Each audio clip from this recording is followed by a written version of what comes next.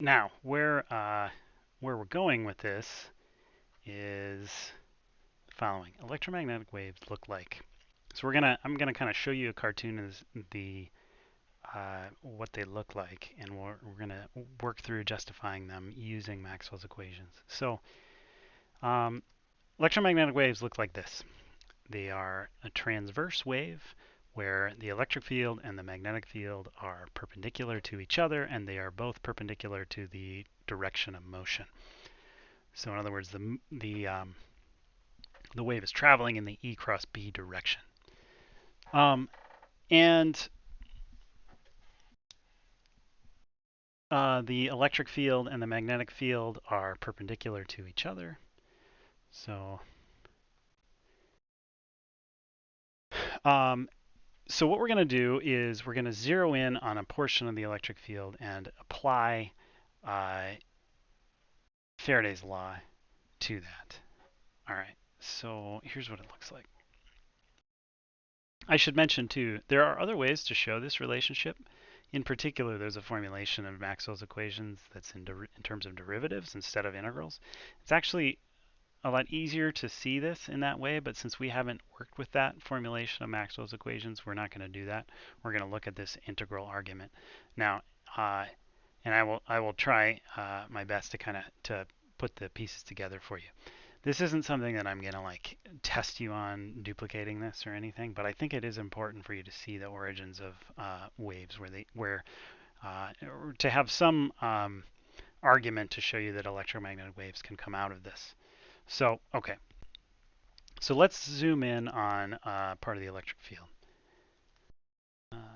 That's this guy. Whoa, that's a lot bigger than I wanted.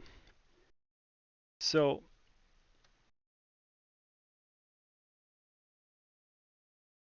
okay. Now, let's apply Ampere's law, Faraday's law.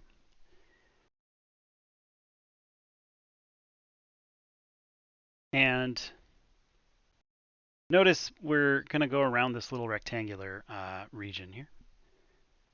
And we know that this is equal to the root of the flux, negative root of the flux. So let's add up these pieces. As we go around this rectangle, we're going to have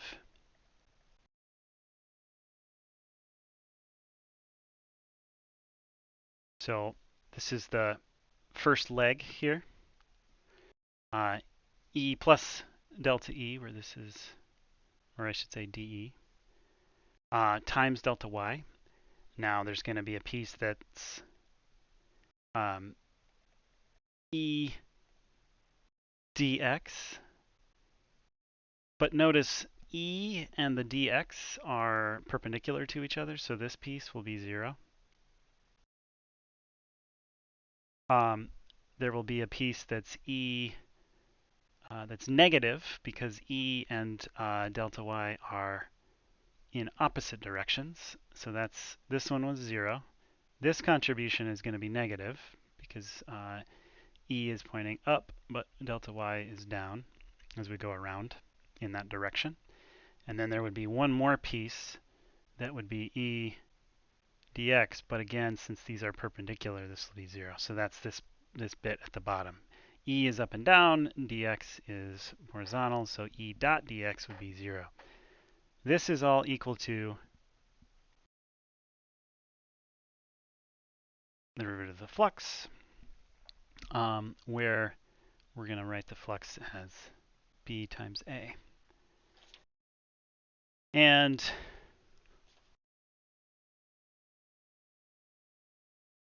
notice this E delta Y is going to cancel with this negative E delta Y.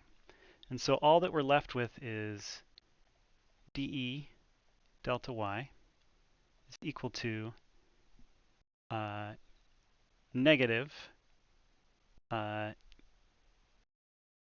ddt of B times A. Now what is A? A is the area. So the area is dx times delta y. So this becomes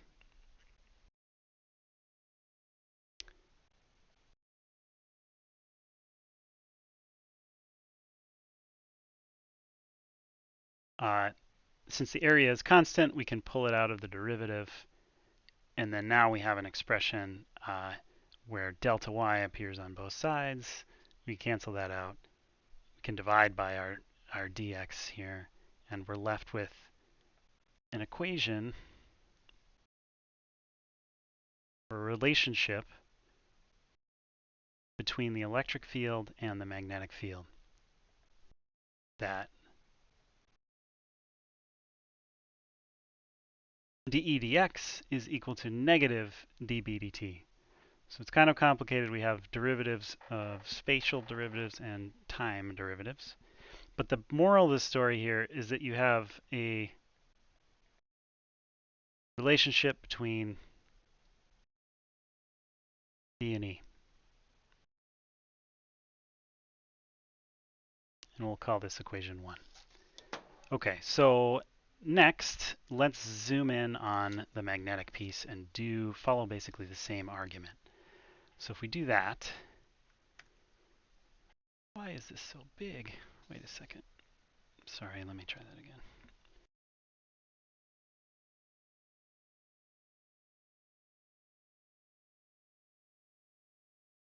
Sorry. Okay, so let me shrink this down here.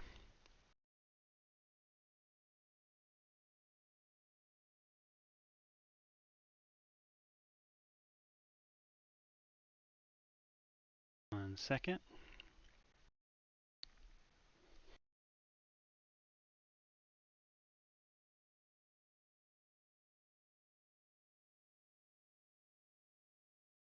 Okay, sorry for the delay there. So if we zoom in on the magnetic part, let's follow the same kind of argument. So now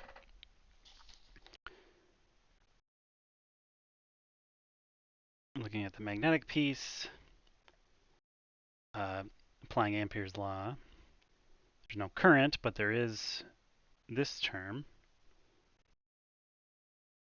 Depends on the derivative of the electric flux. Okay. So we do the same thing. We go around now this rectangle that's in the blue part, in the magnetic part, and add up all the contributions as we do B dot dl. So what pieces are we going to have? Well, we'll have, let's see, where should we start? There will be, here we have B delta Z plus B dx, but that'll be 0 because these are perpendicular. So that's this piece. B is coming this way, and dx is along the x-axis, i.e. B is in Z and x is in x, so they're perpendicular. And then we'll have minus B plus dB times delta Z. And this is negative because B and Z are anti-parallel, they're in the opposite direction. And then we have this final B dx piece that was also 0 because those are perpendicular. Now this is going to be equal to mu naught epsilon naught times the changing flux. But what is the flux but the area times the electric field? And the area isn't changing, and that's just given by delta Z delta dx. So this will be delta Z dx times dE dt. because the electric field is the piece that's actually changing. Notice now, this and this will cancel out. So we'll have negative dB delta Z equals mu naught epsilon naught delta Z dx dE dt.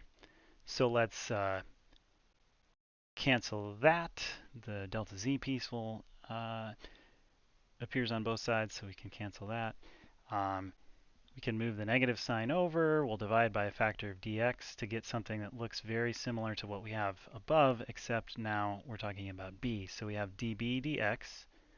Spatial derivative of b is going to equal negative mu naught epsilon naught dE dt.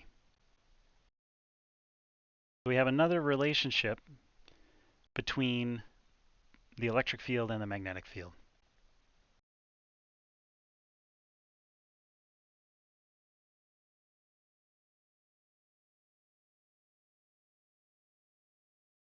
Call this one 2.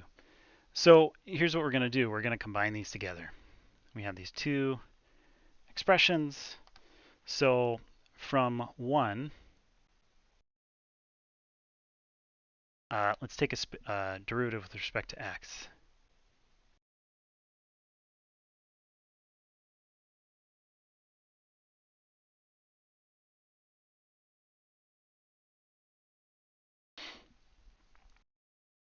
So if we do that, notice I'm switching to partial derivatives because we're taking derivatives with respect to more than one thing at a time.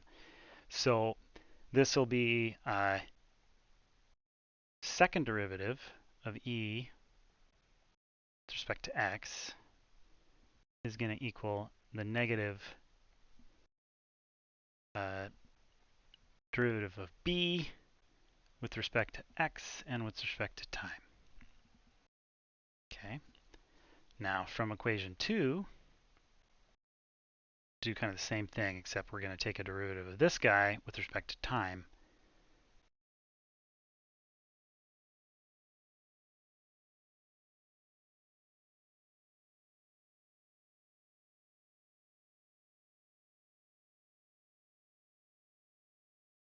And when we do that, what do we get? We're going to get dB, second derivative, or rather a derivative of b with respect to both time and x is going to equal the second derivative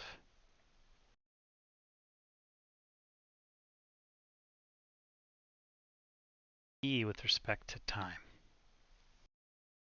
Okay, so now notice this is the same as this.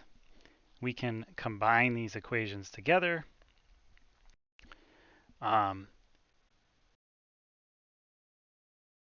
Let's do that. So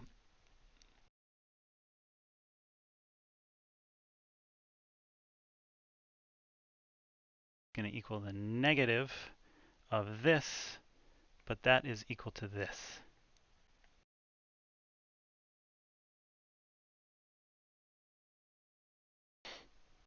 Okay, and let's write this so that the time derivative piece is by itself, as this is the way we normally present this. So it looks like this.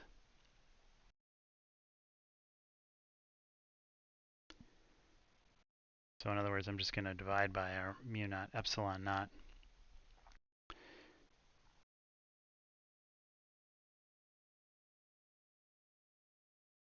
Okay, so this is pretty cool. You may or may not have seen this before, but this is a wave equation, the wave equation. And so a couple of points about this. This is a second order differential equation in both time and displacement. And you could do this same sort of argument and solve for an expression for B if you wanted to. The logic would be the same thing. The important thing with this is that the solution to this equation, so this equation came out of combining Maxwell's equations for in a vacuum.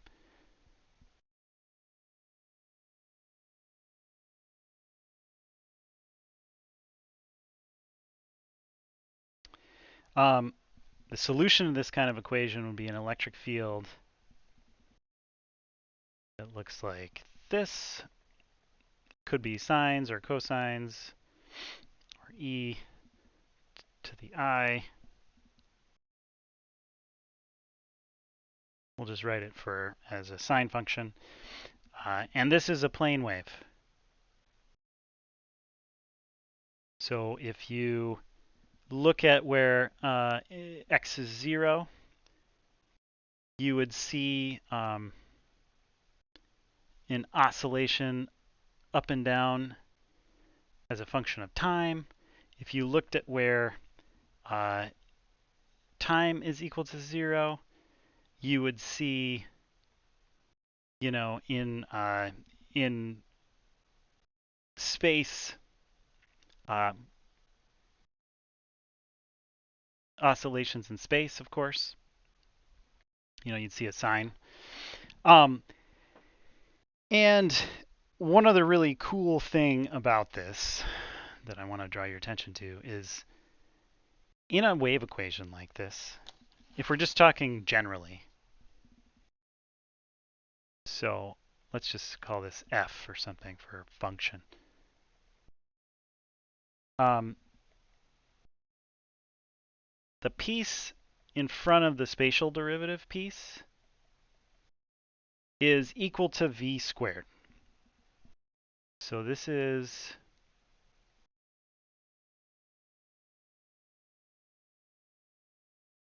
the velocity squared of the wave, or the speed.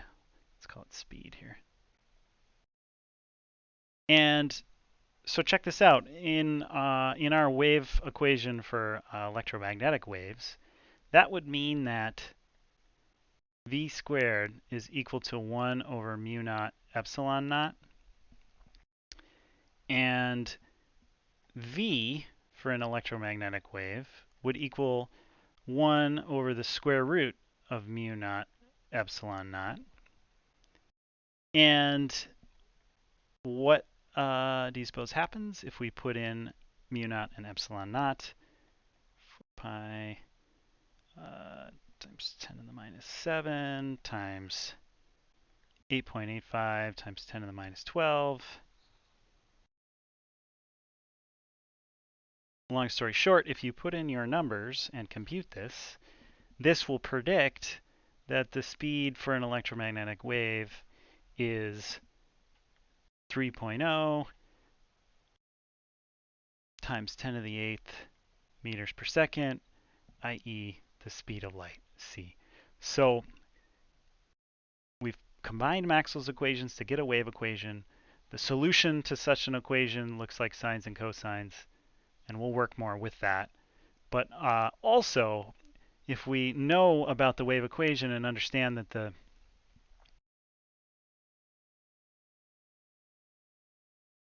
spatial derivative is proportional to v squared when we write it like this, we can pull out the speed of light based on the constants, the permeability, and the permittivity of free space. So that is kind of a cool thing to be able to show from Maxwell's equations. So next, from here, we'll do some examples. We'll work with this a little bit, but this is just what I wanted to show you to try and kind of combine these pieces together.